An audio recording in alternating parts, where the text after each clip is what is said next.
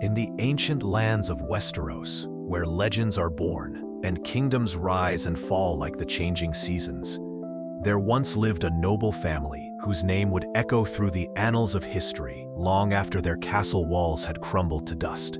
The Starks of Winterfell, descendants of the first men and inheritors of an 8,000-year legacy, ruled the vast frozen expanse of the north with honor as their guiding star and winter as their eternal warning.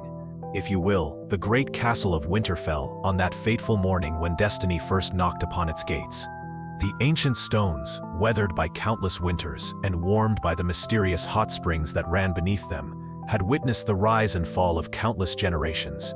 Within these walls, where direwolves once roamed freely and the old gods still held sway, a family was about to be tested in ways that would reshape not just their own fate, but the very future of the Seven Kingdoms. Lord Eddard Stark, known to his friends as Ned, was a man carved from the same granite as the castle he called home. Tall and lean, with the gray eyes common to his bloodline and hair that had begun to show the silver of approaching middle age, he embodied everything the North represented: strength, honor, and an unwavering sense of duty. His face, weathered by the harsh northern winds, bore the lines of a man who had seen war and made the hard choices that leadership demanded. But Ned Stark was more than just a lord. He was a father, a husband, and a man haunted by the memories of a war that had ended nearly 2 decades ago. The rebellion that had toppled the Mad King Aerys Targaryen and placed his friend Robert Baratheon on the Iron Throne had cost him dearly.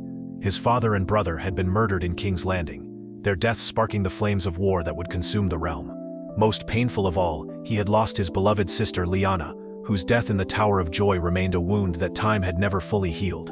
The morning that would change everything began like any other in Winterfell. The castle stirred to life as servants went about their duties, preparing for another day in the service of House Stark. In the Godswood, the ancient heart tree with its bone-white bark and blood-red leaves stood silent sentinel, its carved face watching over the castle as it had for centuries. The hot springs steamed in the cool morning air, their warmth a comfort against the perpetual chill that defined the north. Catelyn Stark, born a Tully of Riverrun, moved through the castle with the grace and efficiency of a woman who had made this northern stronghold her home. Her auburn hair, a stark contrast to the dark locks of her husband, caught the morning light as she supervised the household staff. She had been born to the green valleys and flowing rivers of the Riverlands, but 15 years of marriage had made her as much a part of Winterfell as the stones themselves. Their children represented the future of House Stark, each one a unique blend of their parents' bloodlines and personalities. Robb, the eldest and heir to Winterfell, possessed his father's sense of duty, tempered by his mother's quick wit. At 15, he already showed the promise of a future lord, commanding respect from both high and low, born alike. His auburn curls and easy smile made him popular among the castle's inhabitants, while his skill with sword and strategy impressed even the most seasoned knights. Sansa, their eldest daughter, embodied all the courtly graces her mother had taught her. At 11, she was already blossoming into a beauty that would have been welcomed in any court in the Seven Kingdoms. Her dreams were filled with songs of knights and tourneys, of handsome princes and romantic tales. She spent her days perfecting her needlework and learning the intricate dances of southern courts, preparing for a future she imagined would be filled with elegance and refinement. Arya, younger by 2 years, was as different from her sister as winter from summer. Where Sansa embodied traditional feminine virtues, Arya rejected them entirely. She preferred swords to needlework, adventure to courtly manners, and the company of her bastard half-brother Jon to the lessons her septa tried to teach her. Her wild nature and quick temper often exasperated her mother, but her father saw something special in her fierce independence. Bran, at 7 years old, was a boy caught between childhood and the responsibilities that would one day be his. His love of climbing had made him the unofficial scout of Winterfell, scaling towers and walls with an ease that both impressed and terrified his parents. His sweet nature and curious mind made him beloved by all who knew him, from the highest lord to the humblest servant. Little Rickon, barely past his 3rd birthday, was still more child than Stark, though the fierce blood of his ancestors ran strong in his veins. His wild hair and laughing eyes brought joy to the often serious halls of Winterfell, reminding everyone that there was still innocence in the world. And then there was Jon Snow, the bastard son whose very existence was a source of both love and tension within the castle walls. With his dark hair and gray eyes, he looked more like Ned Stark than any of his true-born children, a fact that had never failed to wound Catelyn's pride. Jon carried the stigma of his birth with quiet dignity, knowing that he could never truly belong to the world of his noble half-siblings, while finding his place among them through his own merit and character. The castle's inhabitants went about their morning routines, unaware that this day would mark the beginning of events that would ultimately lead to the fall of kings and the rise of queens, to the awakening of dragons and the return of ancient evils. In the training yard, the ring of steel on steel echoed as young men practiced their swordwork under the watchful eye of Sir Roderick Castle, the master-at-arms, whose white whiskers and patient demeanor had guided countless Stark children through their first lessons in warfare. The heart of Winterfell beat with the rhythm of daily life, the clatter of horses' hooves on cobblestones, the call of servants carrying messages between the castle's many towers, the distant sound of hammers from the smithy where the castle's blacksmith shaped iron into the tools of war and peace.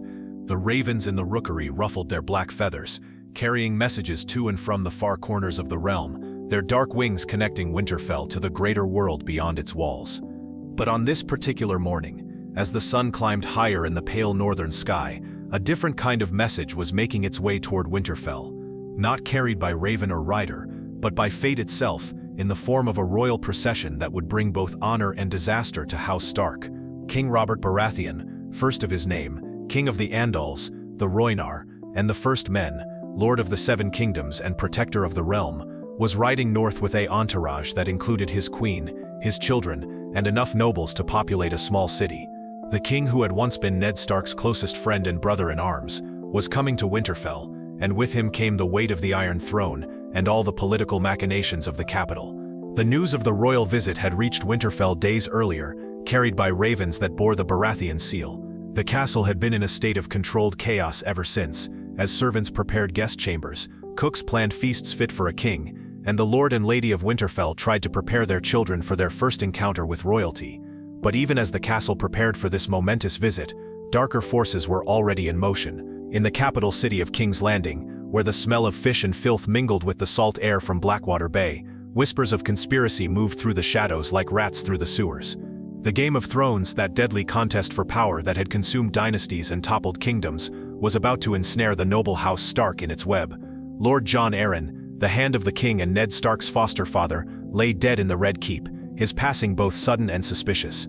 The man who had raised both Ned and Robert as his own sons during their time in the Vale had taken secrets to his grave, secrets that would have shaken the very foundations of the realm had they been revealed.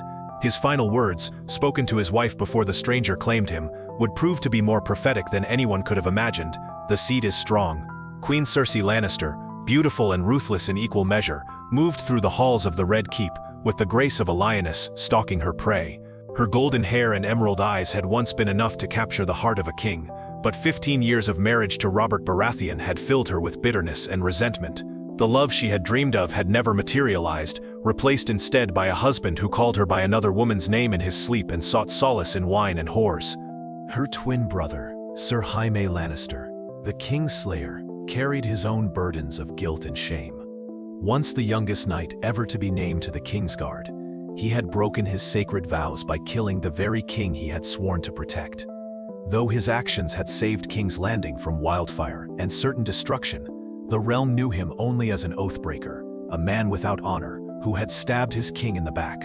The nickname Kingslayer followed him wherever he went, a constant reminder of his greatest triumph and his greatest shame. Tyrion Lannister, the dwarf son of Lord Tywin, used his wit and intelligence to navigate a world that had little patience for those born different. His mismatched eyes and twisted legs had made him an object of mockery and pity, but his sharp mind and sharper tongue had earned him both respect and fear. In a family known for their golden hair and fierce pride, Tyrion stood apart, finding his strength not in sword or beauty, but in the power of knowledge and the art of survival. Far to the east, across the narrow sea in the free cities of Essos, the last surviving children of the Targaryen dynasty lived in exile. Viserys Targaryen, who called himself the rightful king of Westeros, had spent his life dreaming of the day he would reclaim his family's throne. His sister Daenerys, barely 13 years old, had known nothing but exile and the constant reminder that they were the last of the Dragon Kings. Their lives had been shaped by loss and longing, by the weight of a crown that existed only in memory and the hope that one day, fire and blood would restore their family's honor. The great houses of Westeros went about their daily affairs, unaware that the foundations of their world were beginning to shift. In the Riverlands, House Tully maintained their hold on the great castle of Riverrun, where the waters of the Red Fork and Tumblestone met. Lord Hoster Tully, growing old and frail, watched his lands with the careful eye of a man who had seen wars come and go like the changing seasons. In the Vale of Arryn, Lady Lisa Arryn ruled in the name of her young son, Lord Robert Arryn. The boy, sickly and strange, had been kept isolated in the Eyrie, that great castle that sat impossibly high in the mountains, its towers reaching toward the sky like fingers grasping for the heavens. The Vale had remained neutral in the great conflicts of recent years, its mountain passes and fierce defenders keeping it safe from the chaos that had consumed other regions. The Reach, with its fertile fields and flowering meadows, continued to provide the realm with grain and gold. House Tyrell, with their rose sigil and their motto, "Growing Strong," had prospered through careful alliances and strategic marriages. Their great castle of Highgarden was said to be the most beautiful in all of Westeros, its gardens a testament to the wealth and power of the Reach. In Dorne, the southernmost kingdom of Westeros, House Martell ruled from their seat at Sunspear. The Dornish, who had joined the Seven Kingdoms through marriage rather than conquest, maintained their own customs and traditions. Their princes and princesses, with their olive skin and dark eyes, were known for their fierce independence and their skill in the arts of war and love, but it was in the north that the true test was coming. The vast expanse of the Stark lands, stretching from the neck to the wall, had remained largely peaceful under Ned Stark's rule. The northern lords, bound by oath and honor to House Stark, had known 15 years of relative prosperity and peace. They had no way of knowing that this peace was about to be shattered by the arrival of a king and the machinations of those who served him. The ancient words of House Stark, "Winter is coming," had been spoken by countless generations of Starks as both warning and promise. Winter in the north was not merely a season, but a force of nature that could last for years, bringing with it death and hardship for those unprepared. But the Starks had always been prepared, had always endured, had always survived the long night to see spring return to their lands. This time, however, the winter that was coming would be unlike any other.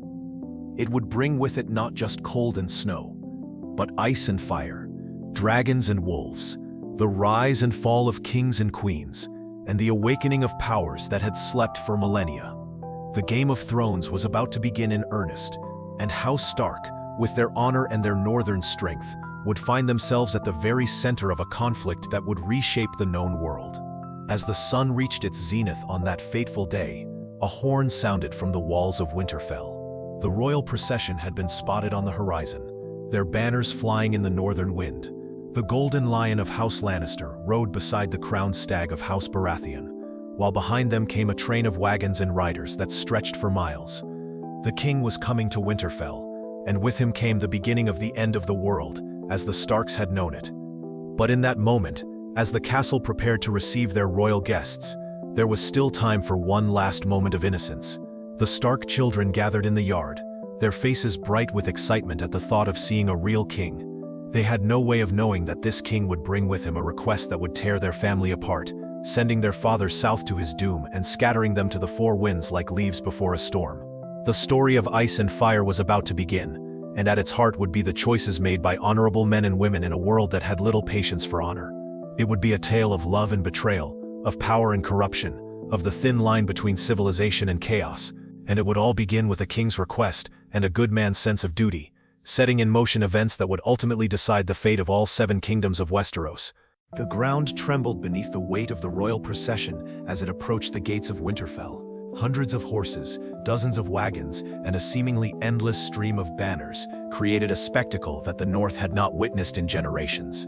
At the head of this magnificent parade rode King Robert Baratheon, though the man who approached bore little resemblance to the warrior who had won the throne nearly 2 decades earlier. Time had not been kind to Robert Baratheon. The lean, powerful warrior who had wielded his great warhammer with devastating effect at the Trident had been replaced by a man whose love of food and wine had transformed his once mighty frame into something altogether different. His black hair, now streaked with gray, was matched by a beard that had grown wild and unkempt. But his eyes, those dark Baratheon eyes, still held the spark of the man who had loved Lyanna Stark and fought a war to avenge her memory. Beside him rode Queen Cersei, her beauty still striking despite the years and the bitter experiences that had shaped their marriage. Her golden hair, worn in the intricate styles favored by the ladies of King's Landing, caught the northern sunlight like spun gold. She surveyed the ancient castle of Winterfell with the calculating gaze of a woman who had learned to see opportunity and threat in equal measure. This was not her first journey to the north, but it was her first as queen, and she intended to make the most of it. Their children rode with them, each representing a different aspect of their complex family dynamics. Prince Joffrey, the heir to the Iron Throne, sat his horse with the arrogance of youth and privilege. At 12 years old, he already showed signs of the cruelty that would define his character, though it was masked by the golden beauty he had inherited from his mother. His smile was as bright as it was cold, and his eyes held a calculating intelligence that made him seem older than his years. Princess Marcella, sweet and kind, rode with the grace of a true princess. Her gentle nature and genuine warmth made her beloved by all who knew her, a stark contrast to her elder brother's emerging cruelty. Even at 8 years old, she possessed a wisdom and compassion that spoke well of her future as a potential bride for some fortunate lord. Prince Tommen, the youngest at 6 years old, bounced excitedly in his saddle as he took in the sights of Winterfell.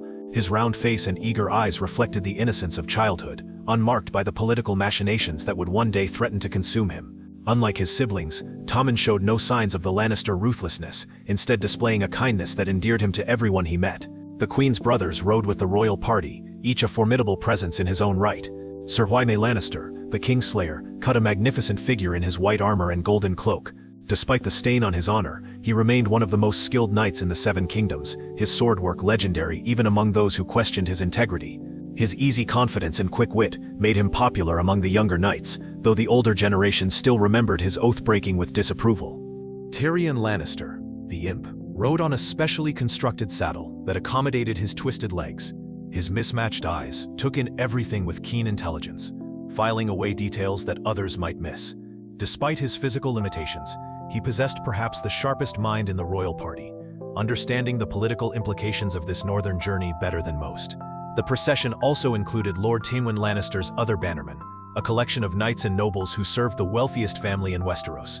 Their golden armor and rich clothing created a stark contrast to the simpler dress of the northern lords who had gathered to witness the king's arrival. The wealth of the Westerlands was on full display, a reminder of the economic power that had helped place Robert on the throne. As the royal party approached the gates of Winterfell, the castle's inhabitants lined the walls and filled the courtyard. Lord Eddard Stark stood at the head of his household, his gray eyes taking in the spectacle with a mixture of pleasure and apprehension. Behind him, his family was arranged in order of precedence.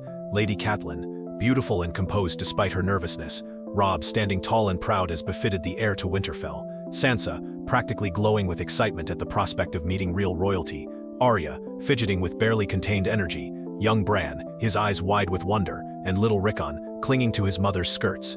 Jon Snow stood apart from his trueborn siblings, his position as a bastard clearly marked by his placement. Though his father had always treated him with kindness, the presence of the Queen made his illegitimate status more pronounced. He watched the approaching procession with the same gray eyes as his father, but his expression held a wariness that spoke to his understanding of his precarious position in this world of lords and ladies. The gates of Winterfell opened with a great creaking of iron and wood, and King Robert Baratheon rode into the courtyard of his oldest friend. The noise of the procession, the jingling of harnesses, the creak of leather, the snorting of horses, gradually faded as the king dismounted from his destrier. For a moment, the two men who had once been closer than brothers stood facing each other across the years that had changed them both. Robert Baratheon had once been the kind of man who could command a battlefield through sheer force of personality. His laugh had been hearty enough to fill a great hall, his appetite for life so vast that it seemed to encompass everything around him. Now, as he stood in the courtyard of Winterfell, the weight of the crown and the years showed clearly in his bearing. But when he saw Ned Stark, something of the old Robert flickered in his eyes. "Ned!" The king's voice boomed across the courtyard, silencing the whispers and murmurs of the assembled crowd. "You haven't changed a bit." The embrace between the two men was genuine, a moment of real affection that transcended the formal protocols of royal visits. For just an instant they were not king and lord, but two young men who had survived a war together and shared the bonds forged in the heat of battle.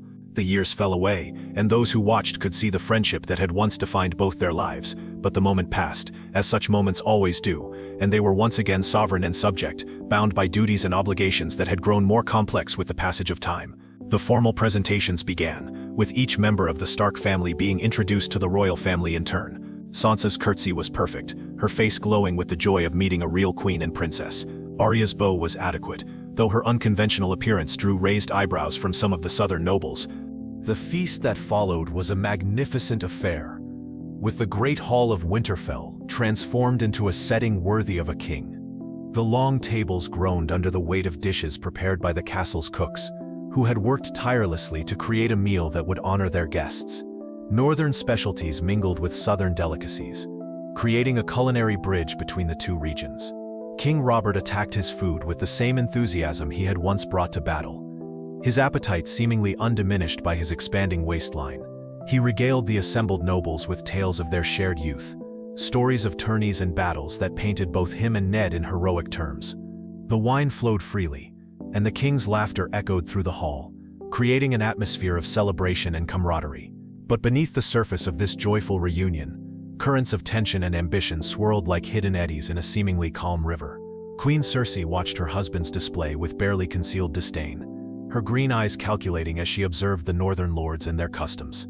She had not wanted to make this journey, preferring the comforts and intrigues of King's Landing to the harsh simplicity of the north. The queen's attention was particularly focused on the Stark children, each of whom represented a potential piece in the great Game of Thrones. Sansa, with her beauty and noble bearing, was exactly the kind of girl who might make a suitable bride for Prince Joffrey. Such a marriage would bind the North to the crown through blood, ensuring the loyalty of House Stark for generations to come. Arya, with her wild nature and unconventional interests, was a different matter entirely. The queen's lips tightened with disapproval as she watched the younger Stark daughter, seeing in her a potential source of trouble rather than opportunity. Girls who refused to conform to expected roles had a way of creating complications, and Cersei had learned to identify and eliminate complications before they could grow into real problems. The royal princes mingled with their northern counterparts, but the differences between them were stark. Prince Joffrey, accustomed to the sophisticated pleasures of King's Landing, found little to interest him in the simple entertainments of Winterfell. His interactions with Robb Stark were polite but distant, both boys recognizing the gulf that separated their worlds despite their similar ages. Princess Myrcella, however, found genuine joy in the company of the Stark children. Her sweet nature and innocent questions about northern customs charmed everyone she met, and even Arya seemed to soften in her presence. The princess's delight in the new experiences of the North provided a bright spot in the sometimes tense atmosphere of the royal visit. As the evening progressed and the wine continued to flow, King Robert's conversation with Ned Stark turned to more serious matters.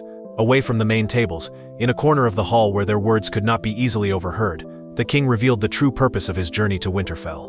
Lord Jon Arryn, the hand of the king and the man who had been like a father to both of them, was dead. The news hit Ned like a physical blow. Jon Arryn had been more than just a political mentor. He had been the closest thing to a father figure that Ned had known after his own father's death. The Lord of the Eyrie had taken both Ned and Robert as wards, raising them in the ancient traditions of honor and duty that had shaped their characters. His death represented not just a personal loss, but the end of an era. But King Robert's revelation was far from finished. With Jon Arryn dead, the position of Hand of the King was vacant, and Robert had come north to offer the position to his oldest friend.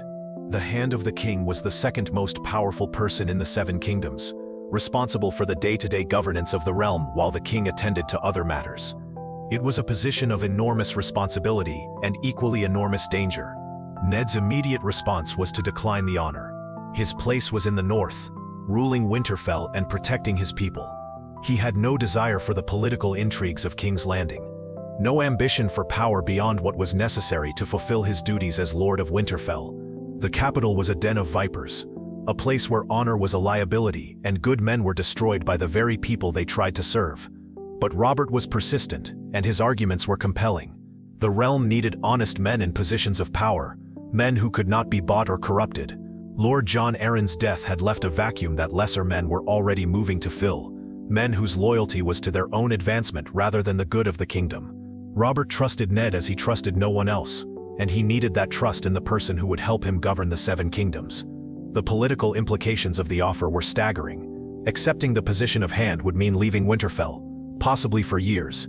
It would mean immersing himself in the complex web of alliances and enmities that defined politics in King's Landing. It would mean placing his family at risk, exposing them to dangers that the relative isolation of the North had kept at bay. Yet the offer also represented an opportunity to serve the realm in a way that few men ever could. As Hand of the King, Ned would have the power to implement real change, to fight the corruption that had crept into the governance of the Seven Kingdoms. He could ensure that justice was served fairly, that the common people were protected from the predations of their betters, that the realm was governed according to the principles of honor and duty that had been instilled in him since childhood. The decision was made more complex by the king's additional offer. Robert proposed to betroth his son Joffrey to Sansa Stark, uniting their houses through marriage as well as political alliance. Sansa would become a queen, fulfilling the dreams that had filled her young mind since she had first heard tales of courtly romance. The marriage would secure her future and strengthen the bonds between the Starks and the Baratheons. But even as Robert made his offers, other members of his party were pursuing their own agendas. Queen Cersei, having studied the Stark family throughout the evening, had formed her own opinions about the potential alliance. She saw the political value of binding the North to the crown, but she also recognized the potential threats that such an alliance might pose to her own position, and that of her family. The Queen's brothers were equally active in their observations and planning. Jaime Lannister, despite his oath as a member of the Kingsguard to have no family loyalties, remained deeply connected to his twin sister and their father's ambitions. He understood that Ned Stark's appointment as Hand of the King could complicate the Lannister family's influence over the crown, potentially creating new power dynamics that might not favor their interests. Tyrion Lannister, perhaps the most perceptive member of the royal party, recognized the dangerous currents that were beginning to swirl around this northern visit. His understanding of politics was sophisticated enough to see that what appeared to be a simple offer of friendship and alliance was actually the opening move in a game that could have far-reaching consequences for all involved. The evening continued with toasts and celebrations, but beneath the surface of festivity, each participant was calculating their own advantages and disadvantages. The great Game of Thrones had begun to play out in the halls of Winterfell, with moves and counter-moves being planned by players who understood that the stakes were nothing less than the future of the Seven Kingdoms. As the night wore on, and the royal guests retired to their chambers, the castle of Winterfell settled into an uneasy quiet. Tomorrow would bring new discussions, new negotiations, and ultimately, new decisions that would shape the fate of House Stark and the realm they served. The king's arrival had been magnificent, but the true test of this royal visit was yet to come. In the Godswood, the ancient heart tree stood sentinel over the castle, its carved face seeming to watch the unfolding drama with the patience of ages. The old gods, if they still listened to the prayers of men, knew that the choices made in the coming days would echo through the generations, shaping the destiny of the Seven Kingdoms in ways that none of the current players could fully comprehend. The winter that was coming would be harsh indeed, but it would bring with it not just cold and darkness, but also the fire of dragons and the clash of armies. The Game of Thrones had begun, and House Stark, with their honor and their northern strength, would find themselves at the very center of a conflict that would determine the fate of all they held dear. The morning after the royal feast dawned gray and cold, as most mornings did in the north. Mist rose from the hot springs that warmed Winterfell's ancient stones, creating ghostly tendrils that wound between the castle's towers like the breath of sleeping giants. The revelry of the previous evening had given way to the quiet efficiency of a great household returning to its routines, though the presence of the royal party added an undercurrent of tension to even the most mundane activities. In the Godswood, where the heart tree had stood for thousands of years, Lord Eddard Stark knelt in silent contemplation. The weirwood's ancient face, carved by the children of the forest in ages past, seemed to watch him with eyes that had witnessed the rise and fall of kingdoms. The red sap that wept from those carved eyes looked like tears of blood in the pale morning light, a reminder that even the gods, if they existed, wept for the sorrows of mortal men. Ned's prayers were not the formal recitations favored in the Sept, but the quiet communion with nature that his ancestors had practiced since the dawn of time. He spoke no words aloud, but his thoughts turned to the weight of the decision that lay before him. Robert's offer to make him Hand of the King was not merely a political appointment. It was a request that would tear apart the life he had built in the north, and thrust his family into dangers they could scarcely imagine. The rustling of leaves announced another presence in the sacred grove, and Ned looked up to see his bastard son Jon approaching with the quiet respect that the boy had learned to show in all things. At 14, Jon Snow was already taller than many grown men, with the lean strength of youth and the gray eyes that marked him as unmistakably a Stark, even if he could never bear the name. "Father," Jon said softly, using the title that Catelyn had never been comfortable hearing from his lips. "The king wishes to hunt today. He's asked for you to join him." Ned nodded, rising from his knees with the careful movement of a man who felt every one of his years in the northern cold. "And what of you, Jon? Will you ride with us?" The question hung in the air between them, loaded with implications that both understood. Jon's presence at such events was always a delicate matter, his bastard status creating complications that grew more pronounced in the presence of royalty. Queen Cersei had made her feelings about bastards clear through her cold treatment of Jon the previous evening, and her son Joffrey had followed his mother's lead with the casual cruelty of privileged youth. "If you think it best," Jon replied, his voice carefully neutral. He had learned early to hide his feelings behind a mask of compliance, understanding that his position in the world was precarious at best. The love of his father and the acceptance of his siblings could only shield him so much from the realities of his birth. The royal hunt that morning was a grand affair, with dozens of riders setting out from Winterfell in pursuit of game that had been carefully driven toward predetermined locations by the castle's huntsmen. King Robert, despite his increased girth, still cut an impressive figure on horseback, his enthusiasm for the chase undiminished by the years. The wild boar they sought was a dangerous quarry, requiring skill and courage to bring down safely. Prince Joffrey rode with the hunting party, his golden hair catching the weak sunlight as he urged his horse forward with the impatience of youth. He had been provided with a crossbow suited to his age and size, though his experience with such weapons was limited to the controlled environment of training yards and target practice. The real hunt, with its unpredictable dangers and need for split-second decisions, was far removed from the sanitized version he had known in King's Landing. As the hunting party spread out through the Wolfswood, the ancient forest that had given House Stark its sigil, the riders found themselves moving through landscape that had remained unchanged for millennia. Massive trees, some older than the castles of men, rose like cathedral pillars toward the gray sky.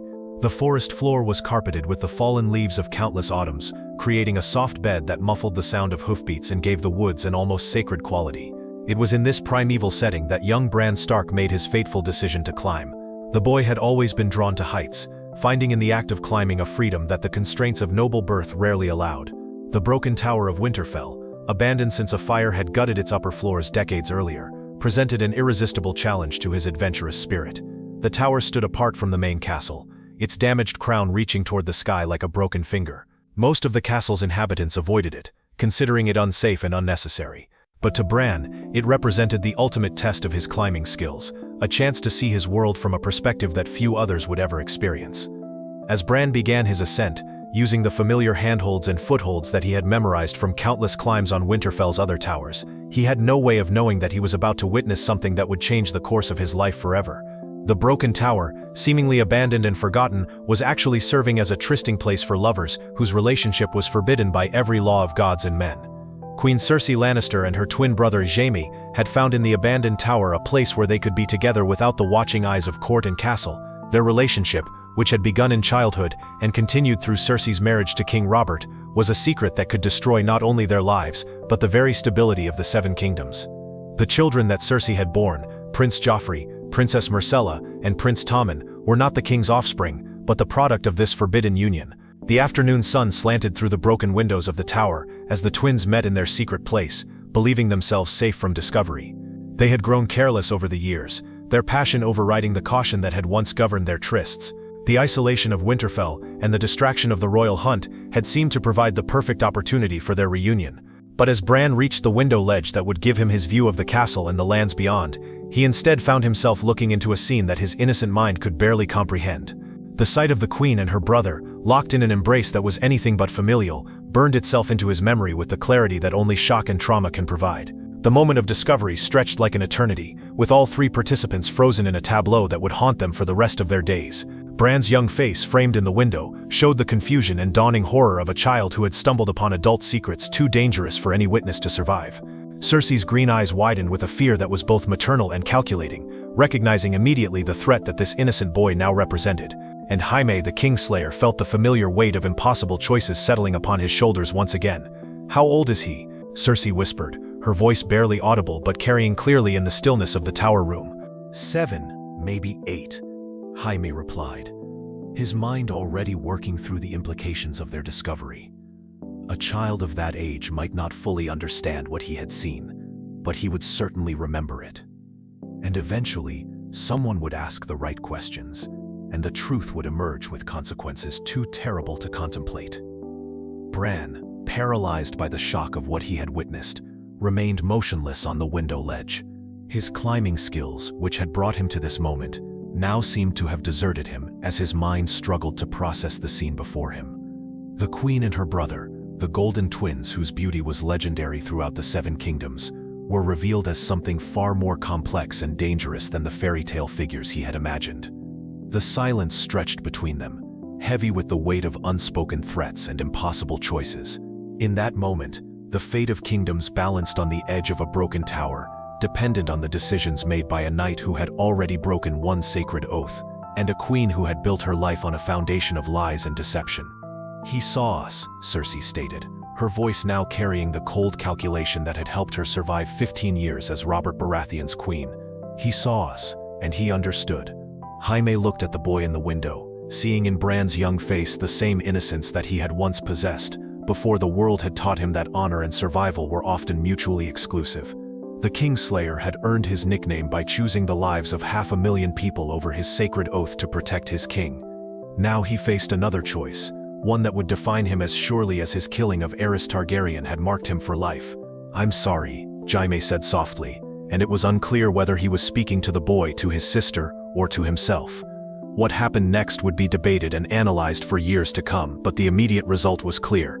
Young Brandon Stark, the boy who had climbed every tower in Winterfell, fell from the broken tower and lay broken on the stones below. Whether he fell or was pushed, whether it was accident or intention, became irrelevant in the face of the consequences that followed. The discovery of Bran's broken body sent shockwaves through Winterfell that made the arrival of the royal party seem like a minor disturbance in comparison. Lady Catelyn's screams echoed through the castle as she rushed to her son's side, her composure shattered by the sight of her child lying motionless on the stones. Lord Eddard abandoned the hunt immediately, racing back to the castle with a fear in his heart that surpassed anything he had felt on the battlefields of his youth. The castle's maester, Lewin, was summoned immediately to examine the boy. His weathered hands, skilled in the healing arts but more accustomed to treating minor injuries and ailments, trembled as he assessed the extent of Bran's injuries. The fall had been severe, and while the boy still breathed, his condition was critical. Whether he would survive, and what condition he might be in if he did, remained uncertain. The royal party's reaction to the tragedy was mixed, reflecting the complex relationships and hidden agendas that had brought them to Winterfell. King Robert, genuinely distressed by the injury to his friend's son, offered the services of his own physicians and expressed his willingness to delay the royal party's departure until Bran's condition stabilized. His concern was real, born of his affection for Ned Stark and his own experiences as a father. Queen Cersei's response was more guarded, her expressions of sympathy carefully measured to appear appropriate without seeming excessive. She understood better than anyone the potential complications that could arise from this incident, particularly if the boy survived and retained memories of what he had witnessed. Her interactions with the Stark family during this crisis were masterful performances of royal concern and maternal sympathy. Prince Joffrey, taking his cues from his mother, offered the expected condolences while privately considering the incident to be merely an unfortunate interruption to the entertainment of the royal visit. His lack of genuine empathy, masked by the courtly manners that had been drilled into him since childhood, revealed the coldness that would later define his character as king. But it was Tyrion Lannister who perhaps understood the situation most clearly. The dwarf's sharp intellect and understanding of his family's dynamics allowed him to see patterns and connections that others missed. While he had not witnessed the events in the tower, his knowledge of his siblings' relationship made him suspect that Bran's fall was more than the simple climbing accident it appeared to be. As night fell over Winterfell, the castle settled into an uneasy vigil. In Bran's room, Lady Catelyn maintained a constant watch over her unconscious son, her hands never leaving his still form, as she whispered prayers to both the old gods and the new. The sound of her quiet weeping seemed to permeate the very stones of the castle, a lament that spoke to the fears of every parent who had ever watched a child suffer. Lord Eddard found himself torn between his duty to his injured son and the obligations of hosting the royal party. The king's offer to make him Hand of the King now seemed like a burden from another lifetime, irrelevant in the face of his family's crisis. Yet even as he maintained his vigil with Catelyn, the practical part of his mind understood that life would continue, that decisions would still need to be made, and that the future of his house hung in the balance. The broken tower stood silent against the night sky, its damaged crown seeming to reach toward the stars like an accusatory finger. Within its walls, the secret that had brought about Bran's fall remained hidden, known only to those whose lives depended on its concealment. But secrets, like winter, have a way of coming whether one is ready for them or not. In the Godswood, the heart tree wept its bloody tears, and the carved face seemed to watch over the castle with an expression of ancient sorrow. The old gods, if they still listened to the prayers of men, had witnessed another tragedy in the long history of Winterfell. The Game of Thrones had claimed its first victim, and he was just a boy who had wanted nothing more than to climb high enough to touch the sky. 3 days passed in a haze of vigil and uncertainty, with Bran's life hanging by the thinnest of threads. The castle of Winterfell, usually filled with the purposeful activity of a great household, moved with the hushed efficiency of a place under siege by grief. Servants spoke in whispers, children played their games in subdued tones, and even the dogs seemed to sense that something fundamental had changed in the order of their world. Lady Catelyn had not left her son's bedside except when physically forced to do so by her husband or the maester. Her vigil had taken on an almost religious quality, as if her constant presence could somehow anchor Bran's spirit to his broken body and prevent it from drifting away into whatever realm awaited the departed. Her once immaculate appearance had given way to the disheveled look of a woman who had forgotten that anything existed beyond the 4 walls of her son's chamber. The other Stark children dealt with their brother's condition in their own ways, each response reflecting their individual personalities and their understanding of the gravity of the situation. Robb, as the eldest, felt the weight of responsibility settling on his shoulders with an almost physical pressure. At 15, he was still more boy than man, but the crisis had thrust him into a position where childish concerns seemed suddenly irrelevant. Sansa, her dreams of courtly romance temporarily forgotten, found herself struggling to reconcile the harsh reality of her brother's condition with the fairy tale world she had constructed in her imagination. The royal visit that had promised to be the most exciting event of her young life had been transformed into a nightmare that challenged everything she thought she understood about how the world worked. Arya, perhaps because of her closer relationship with Bran or perhaps because of her naturally fierce nature, had responded to the crisis with a barely contained rage that she didn't fully understand. Her usual mischievous energy had been channeled into a burning need to find someone to blame, someone to make pay for what had happened to her brother. The injustice of Bran's suffering ate at her like a physical pain. Little Rickon, too young to fully comprehend the nature of his brother's injuries, knew only that Bran would not wake up to play with him, and that the adults around him wore expressions of worry and sadness that frightened him more than any monster from the stories his old Nan told. His childish attempts to wake Bran by talking to him or bringing him toys were heartbreaking in their innocence. Jon Snow, as always, occupied a unique position in the family dynamic. His bastard status meant that his grief was somehow considered less legitimate than that of the trueborn children, yet his love for Bran was no less real for being unofficial. He spent long hours in the Godswood, seeking in the ancient silence of the weirwood, the peace that seemed to have fled from the castle's halls. It was during one of these solitary moments that Jon encountered Tyrion Lannister, who had taken to walking the castle grounds during the early morning hours when most of the royal party was still abed. The imp, as he was known throughout the Seven Kingdoms, had always been an early riser, finding in the quiet hours before dawn a time for reflection that the busy daylight hours rarely provided. "You're Jon Snow," Tyrion observed, settling himself on a fallen log with the careful movements of a man whose twisted legs made even simple actions complicated. "Ned Stark's bastard." The words might have been insulting coming from another mouth, but Tyrion's tone held no mockery, only a matter-of-fact recognition of reality. Jon nodded, unsure what response was expected from him when addressed by a member of the royal party. "I have a gift for you," Tyrion continued, reaching into his doublet and withdrawing a small object wrapped in soft leather. "Something to help you remember who you are and what you might become." The gift was a book, not a particularly valuable one by the standards of great houses, but precious beyond measure to a bastard son who had always been drawn to learning. The title, embossed in fading gold letters, read The Lives of Four Kings, a collection of historical accounts that would provide Jon with insights into the nature of power and leadership. "Read it well," Tyrion advised, his mismatched eyes holding a kindness that few people ever saw. "Bastards have a way of rising higher than anyone expects, if they're clever enough and strong enough to seize their chances." The conversation was interrupted by the arrival of a messenger from King's Landing, a raven bearing news that would further complicate the already tense situation at Winterfell. The bird, black as the message it carried, had flown through storm and wind to deliver tidings that would reshape the political landscape of the Seven Kingdoms. The message was brief but devastating. Lord Jon Arryn's widow, Lady Lysa, had fled King's Landing in the dead of night, taking her young son Robert with her back to the impregnable fortress of the Eyrie. More disturbing still, she had sent word to her sister Catelyn, claiming that the Lannisters had murdered her husband, the former Hand of the King. The accusation struck Winterfell like a thunderbolt, transforming the tragedy of Bran's fall from a personal crisis into something with far wider implications. If Lord Jon Arryn had indeed been murdered, and if the Lannisters were responsible, then King Robert's closest advisors were not merely corrupt but actively treasonous. The implications for the stability of the realm were staggering. Lord Eddard read the message in the privacy of his solar, his weathered face growing grave as he absorbed the full meaning of his good sister's words.